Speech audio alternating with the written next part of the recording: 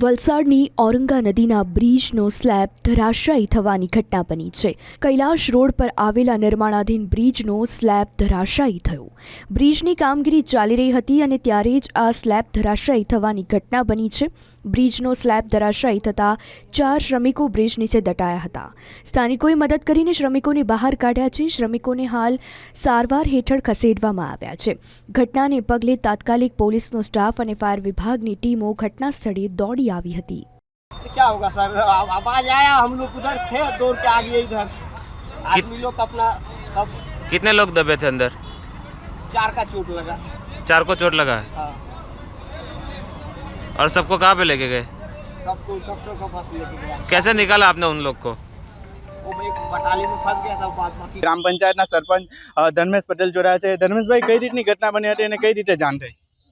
જાણ તો આ છેલ્લો જે બ્રિજનો પિલ્લર હતો, 2 ગટરની વચમાં ટેકો ખસી ગયો વાતનું માને છે। પણ જ્યારે સ્મશાન ભૂમિમાંથી અવાજ આવ્યો જોરમાં, એટલો જોરમાં આવે છે, ધડાકે પર અવાજ આવ્યો એટલે આજુબાજુ સ્થાનિકો ભેગા થઈ ગયા। હું પણ હાલ આવ્યો છું અને વાતમાં એવી છે કે 4 જણા લોકો હોસ્પિટલ લઈ ગયા છે અને હાલમાં કામગીરી ચાલુ છે। આપણી સાથે જે રીતે ધમરાછી ગ્રામ પંચાયતના જે સ્થાનિક આગેવાન છે તે પણ જોયા છે, કઈ રીતની ઘટના હતી નિલેશભાઈ? અમને એ જ જાણ થઈ, ગુંડલાવના સરપંચશ્રીનો ફોન આવ્યો કે આપણે મારું ગામ નજીક છે, એટલે એમણે કીધું કે આવી કઈ ઘટના બની।